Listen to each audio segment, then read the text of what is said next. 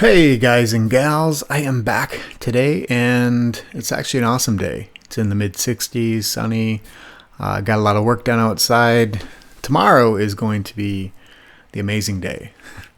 Tomorrow a buddy and I are actually going up into the mountains. We're going to take the motorcycles out, do kind of a cross-country kind of ride, some off-the-beaten-path type trails. I bought a 2020 Suzuki V-Strom 1050. And this will be the first legit ride. I've done some kind of cruising around town, but this will be the first legit ride. So what I wanted to get into today was relationships. And obviously that topic could spread out to maybe 20 different episodes, right? So I want to fixate a little bit on some particulars today.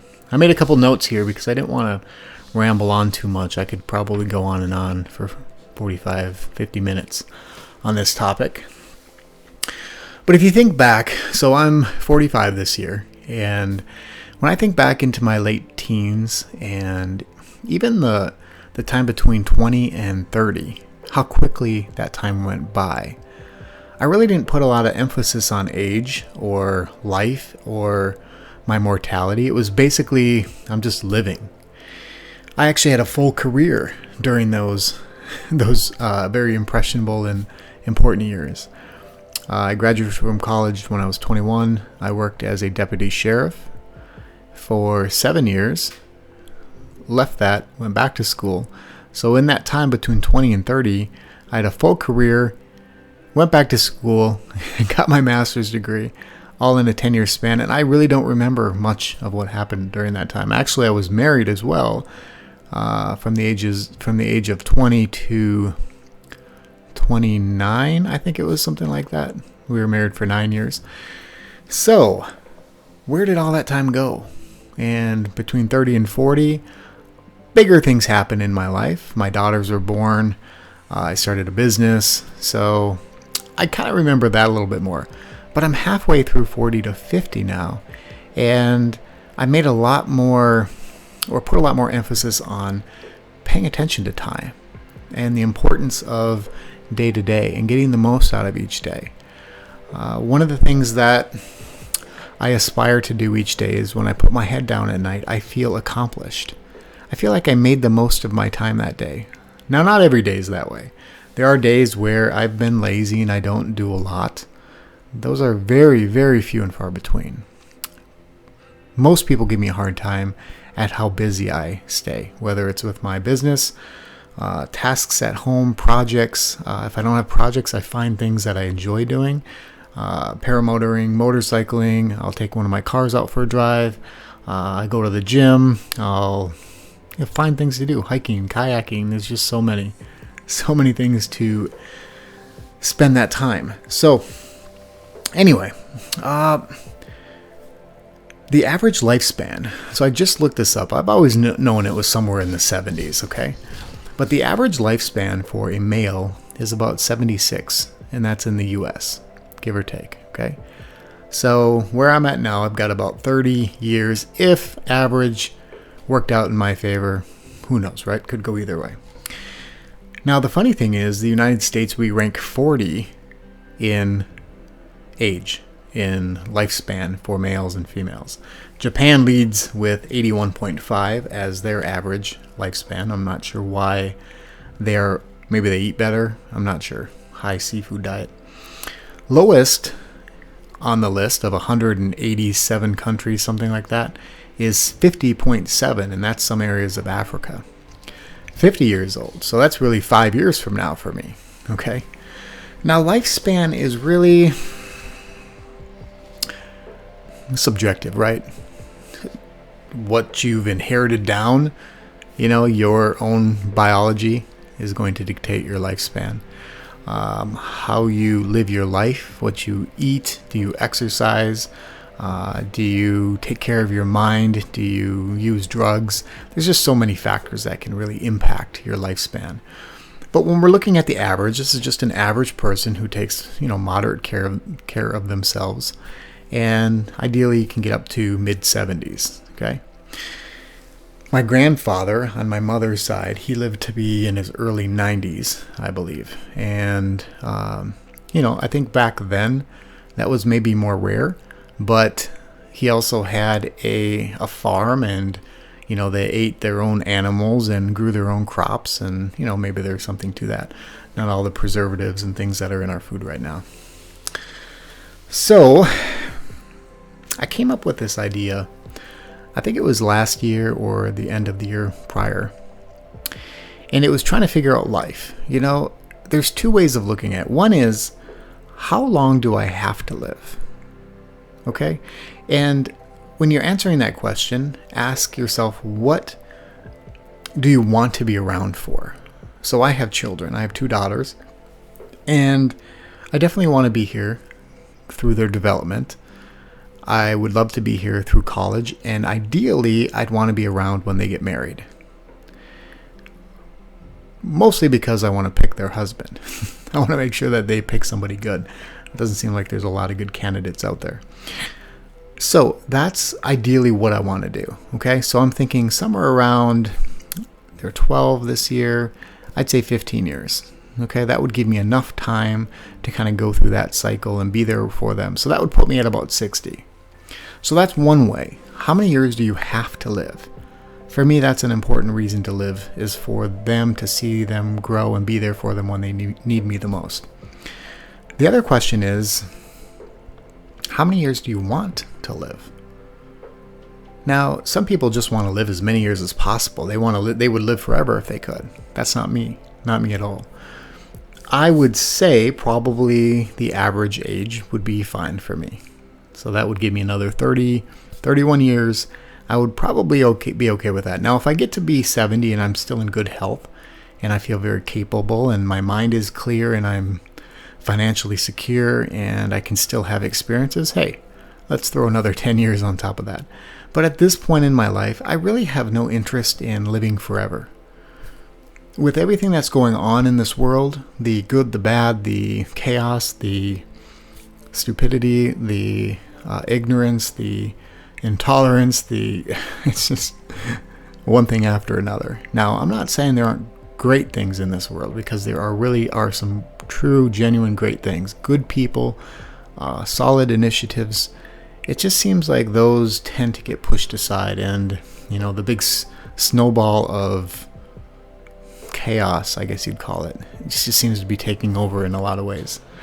So anyway, how many years do you want to live, and how many years do you have to live?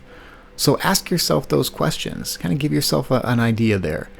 And when you answer that question, especially the first one, how many years do you have to live for whatever reasons you have in place, what are you going to do to make sure that happens? All right. Now, I will admit that I take risks. I do. It's part of my personality. I'm not taking a risk because I want to test my life, but living a life that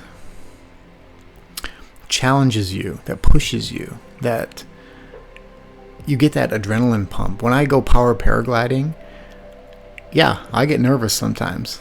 I get scared sometimes when I'm up high and all of a sudden the wind hits me and I'm kind of getting bounced around. That happens, but there's this feeling of being alive that comes with that. When I ride my motorcycle and I get out in the wilderness and I'm away from people and all I hear is the motorcycle and I pull over and I absorb the world around me, that's when I feel alive. When I'm dealing with my business problems and employees and the drama that comes from all that, I don't feel alive at all. Okay? Those are the times that you're like, why am I doing this? But when you take a little bit of risk, that's when you know that you're living. For me anyway, okay? There are a lot of people out there who don't take risks. They prefer to give themselves a better sense of security by avoiding things that might harm them or take their life. So, one of the things I do now at this age is I do an annual physical. And actually, I've got that coming up here in the next couple weeks. And I don't have health insurance. I elect not to pay these high premiums for health coverage. Since I'm self-employed, I don't have a plan under an employer. So it would literally cost me around $500 or $600 a month just to have a plan that it was like an $8,000 deductible. I had this for a couple of years till I finally dropped it. And finally I got to the point, if I'm paying $500 a month, that's $6,000 a year. If something happens to me, I will cover my own expense. Okay? I haven't had any issue where I've needed to go in. My annual physicals, I pay those out of pocket. It's like $300-400 to do all the blood tests and all that kind of stuff. So anyway, that's the choice that I make for me on how I handle that. But that's an important part. I do want to know what my cholesterol is. I do want to know how I'm doing, what my resting heart rate is, all that kind of stuff, so that I can make good decisions in my life to help carry me forward to another year. So risks are okay. Trying to eat semi-healthy is good, right? Sometimes it's difficult, but I have a pretty good balanced diet. I try to get vitamins and all that kind of stuff. And the occasional pizza, which I believe is still meets all those food groups. So going back to why I started this video, it's about relationships. And one specifically is with my father. And the reason I talk about relationships and mortality is my father is no longer around. And I'll give you a quick summary of my relationship with my dad, because maybe some of you can relate to this. And if you can't, it might help you better understand me and kind of the way that I think. My dad left when I was 6 or 7, somewhere around that. My mom and him separated. He ended up moving to another city, and I would see him maybe 4 or 5 times a year. Then he ended up getting remarried and moving to the West Coast, and I would see him maybe once a year, once every couple of years. So you can imagine the type of relationship I had with my dad was not really a father-son relationship. It was almost like an obligation that I had to go visit. And it was fun at times because he would do things. He was that Disneyland dad. He would do things to kind of make it fun while we were there. But I never felt like I had someone I could confide in. And, you know, I played sports growing up, basketball and football and activities, and I was pretty competitive, and I did very well. And I remember it hit me one time. I was 21 years old, 20 or 21, and he was living in Oregon, and I flew out to Oregon to test for the police department out there. I had applied for a position with one of the departments there, just, hey, maybe it'd be kind of cool to live close to my dad. He went with me. Now, for law enforcement, you have to do this physical agility test. When you get hired, you have to be able to pass this test. And he came with me. So we were in this big gymnasium. They had all of these activities. You had to drag these dummies that weighed like 200 pounds. You had to run up through this obstacle course. And anyway, so all the people are sitting in the stands. The cops are being tested, or the applicants are being tested. I beat the top score. To me, it wasn't a huge deal. It was like, hey, this is awesome, but I still have to go through all the interview process. My dad afterward came down and he said, wow, you did a really good job. Like, he was very impressed that I did a good job. Why? Because he'd never seen me participate in anything my whole life. And at that moment, at the age of 21, it hit me that he really had no involvement. He really didn't even know his own son. He didn't know what I was capable of. And for him to see that, it was like, oh, I didn't realize, you were athletic, or you could do things like that. So I really don't know at that time if that was a bonding moment for us, or if it was a realization for me that kind of parted us. But over the next decade, I got married when I was young, and I had those responsibilities, and he'd reached out a few times and I'd reach out to him, but our communication was 3 or 4 times a year. And it kind of got to the point where, because he was a little bit of a pessimist, the conversations weren't very comfortable all the time. So anyway, as I got older and I ended up getting divorced, and my dad, we tried to build a better relationship. He ended up actually getting divorced. And he had a motorcycle accident a couple years before he got divorced, and it was a pretty bad one. He had a spinal cord injury. He could still walk. He wasn't paralyzed, but he had some residual pain from that, and he was taking medications, things like that. He finally started to get a little bit better, and I would see him I'd either fly out to visit or he'd come visit. And our relationship kind of started to grow a little bit, but it was still, I was very protective of who I was. I don't feel like he ever really knew me. And he wrote me this letter one time, and he said, I'm coming back to Minnesota. That was where I was living at the time. And he said, I'd really like to spend some quality time together. I'd like you to get to know me. So he said that in his letter. He wanted me to get to know him. And, I was probably a little bit immature at the time. I mean, I was a young man still. And I took a little offense to that because I'm like, don't you want to get to know me? Like, I wanted you to get to know me. I'm your son. And anyway, so he ended up showing up in Minnesota. And we did spend some time together, and we got to some good talks. But he was a very domineering type. Okay, he would really control the conversation, and his feelings would get hurt easily, and when his feelings got hurt, he'd get kind of angry. But anyway, so long story short, we kind of had this off and on relationship for many years. The reason I bring this up now is in my mid-30s. Now, I didn't know how long my dad would be around for. We never know, right? But I still craved a relationship with him. So it was my mid-30s. He was living out in Washington at the time, the state. And I was in Minnesota, and I said, hey, let's meet in South Dakota in the Black Hills, and we'll go for a motorcycle ride. He's ridden motorcycles his whole life. I'd been riding since I was 15. Him and I had never ridden motorcycles together. He said, well, I don't have a motorcycle, and I really don't have, the money to get one. I think he was unemployed at that time. And so I said, you drive out there. I will rent the motorcycle. I will rent a room, a hotel for us, and let's plan for 3-4 days. He was on board. Okay, so we ended up meeting in South Dakota. I actually drove my motorcycle out there, which was a bad idea. I should have trailered it, because by the time I got there, the last thing I wanted to do was sit on a motorcycle. But anyway, so I rented him this really nice Harley Davidson, which was one of his favorite bikes. And we spent a couple days riding, going around Mount Rushmore, getting out on the back roads. We saw a lot of bison out there. It was really a cool experience. And then we go back to the hotel, and we'd have some time to talk and catch up. And I covered all the expenses because I know his situation was kind of tight at that time. But to me, it was worth every penny to have that experience with my dad.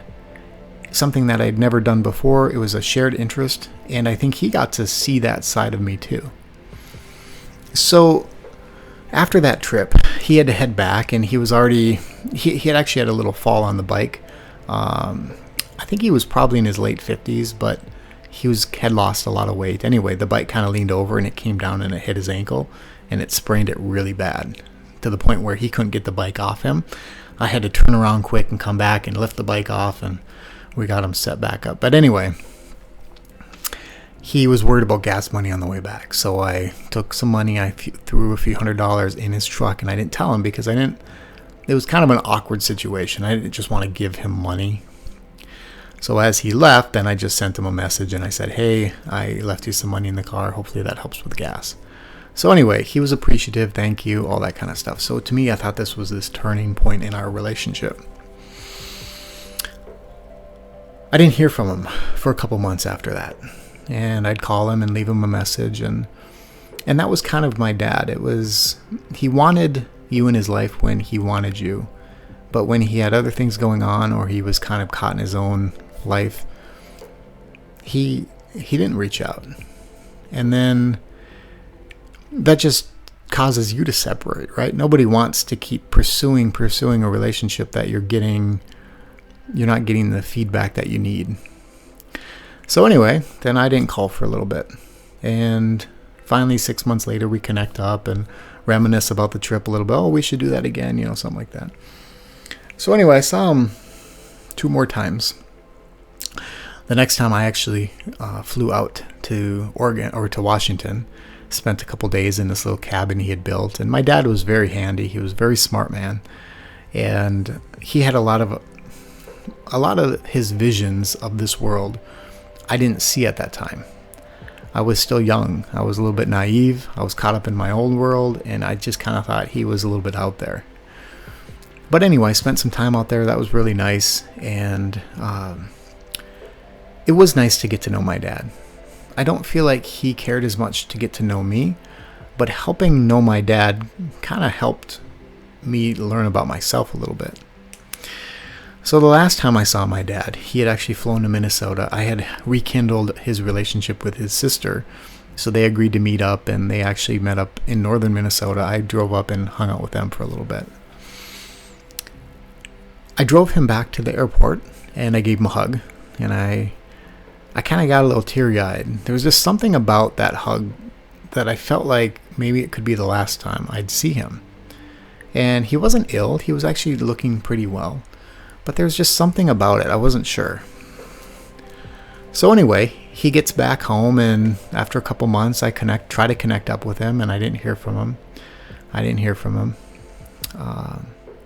He called me once, about 6 or 8 months later, and he didn't leave a message. He called, but I was in the middle of something. I couldn't take the call, and he didn't leave a message.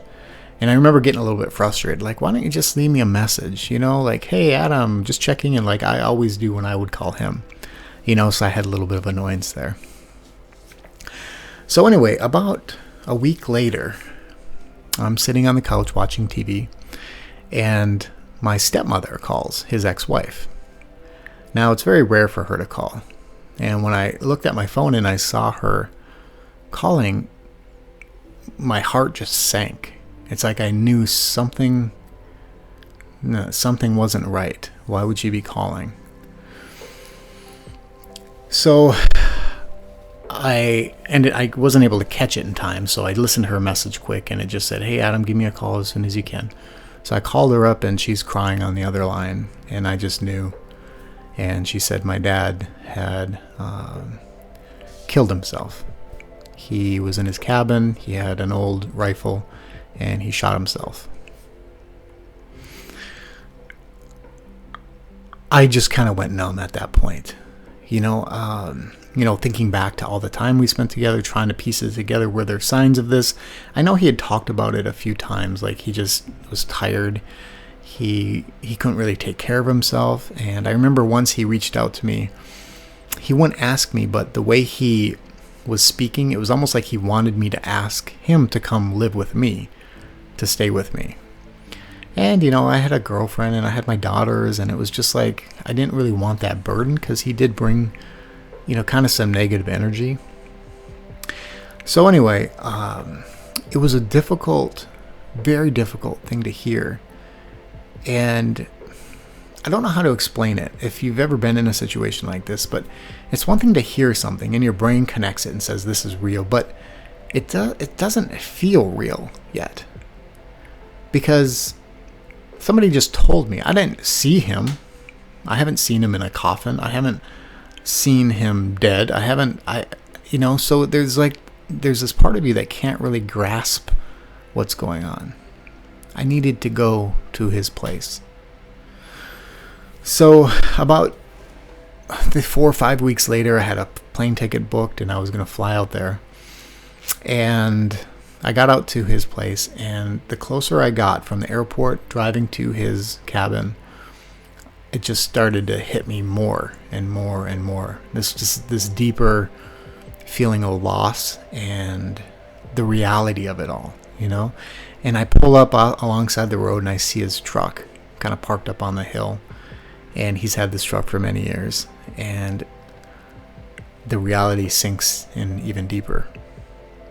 I get up to the cabin, and you can tell just nothing's been done around the place for a while. And it was, it wasn't anything fancy at all. When I got inside, his place was a wreck. There were things all over the place. He hadn't been taking care of it very well. And I saw the couch in his living room. He just had this tiny little cabin. And there was blood soaked through. Actually, I think there were just some cushions there. Yeah, they had removed the couch. There were some cushions, and the blood was on the cushions, and then it had soaked all over the rug underneath. And I remember talking to people about this, and they said, why did you put yourself through that? Why did you need to see that? And for me, how I handled that is I actually spent the night in that cabin that night. Now, there was no power to it. I found some candles. I set up a sleeping bag, and his sleeping bag on the floor in the living room. And I slept there.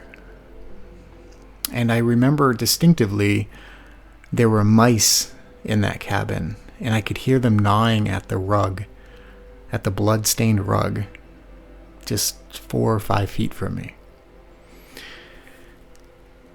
When I tell this story to people, they look at me like, what?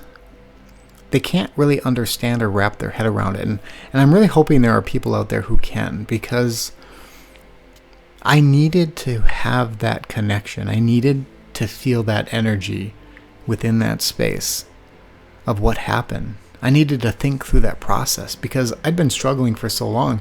What was going through his mind when this happened? The moment before you pull the trigger, are you covered in tears? Are you at peace?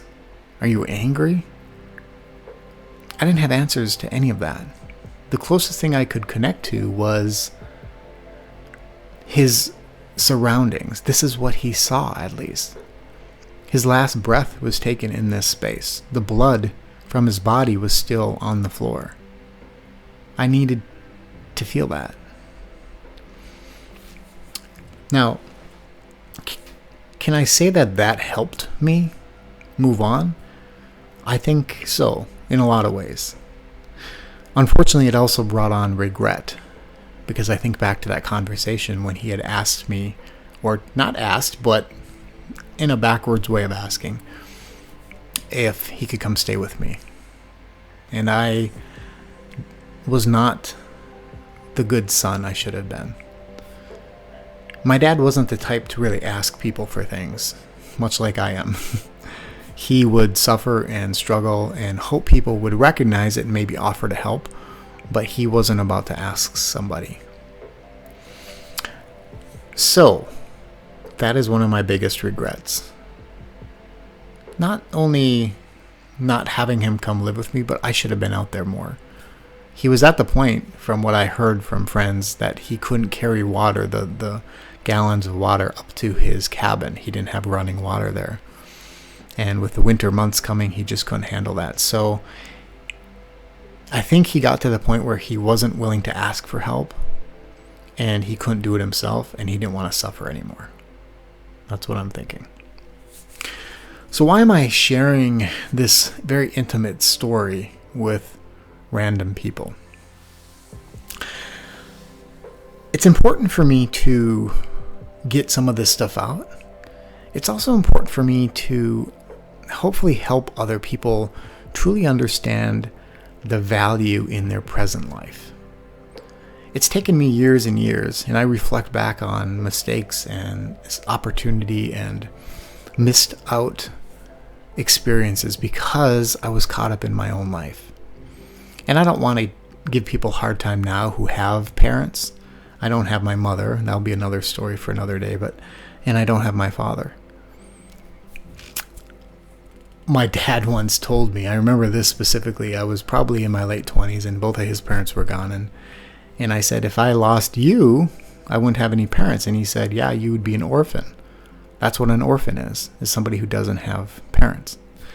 But you don't think about that as an adult, right? But even as an adult, we still need our parents. We still want somebody to care about us on that level. Someone to care about us unconditionally, if you have loving parents. So I want to share this with people to help them understand their own mortality. That one of my favorite sayings is, the only guarantee we have of life was yesterday. Right? Doesn't that make total sense? The only guarantee we have is in the past. It's already happened. Because our future is not guaranteed. Any of our loved ones' future is not guaranteed. We think it is. We go to bed after having a long day with the total 100% expectation that we will be waking up the next day to start again. Right? How many of you go to bed and think, Might not be waking up tomorrow, right? We probably don't do that. We just think every day is just, it's another one coming. But that doesn't happen for everybody. So my hope by sharing this message with you is that you take some time to focus in on those that you care about. And most importantly, you focus in on yourself. Your time is precious. And I'm going to get into some motivational type messages that I listen to, and I really want to nitpick or just tear apart some of these things, because there's a lot of information being thrown out there that is positive, but it's not productive. It's inspiring, but it's not realistic. And that's what we need to try to figure out in our own life to get the most out of our time. At this point, for me, I love my life. The things I stress about, or I don't even want to say stress, the things that frustrate me are very minimal in the end. But at the end of the day, I'm shaking my head going, why? Right? I try not to ever carry any of that into the next day. The next day is a fresh start. So hopefully this has inspired you a little bit. My experience with my dad, I have a lot of things I wish I did different. I wish I swallowed some of my own pride. I wish I put myself out there more. I wish I was there for him, being there for someone, instead of thinking your parents' job is to just be there for you, right? That's what we think. It's this selfish, we're a child, you take care of us, it doesn't matter. Once you become an adult, now you're equals. Now it's somebody who cares about you and somebody you care about. We have to nurture that relationship, right? Anyway, today was an awesome day. Tomorrow's going to be really awesome. I'll have to share this experience. I'm going to try to capture a little bit of video. I still want to do a quick review on that bike. But one of the things I always remember when I ride my bike is that time I rode with my dad. One of the most magical rides I've ever had. And I have this video to remember it by. That's one of the coolest things about that. All right, guys, you have an amazing time. Thanks again for listening. I got a whole bunch of other topics I want to dive into. We'll get into those. Take care. Bye-bye.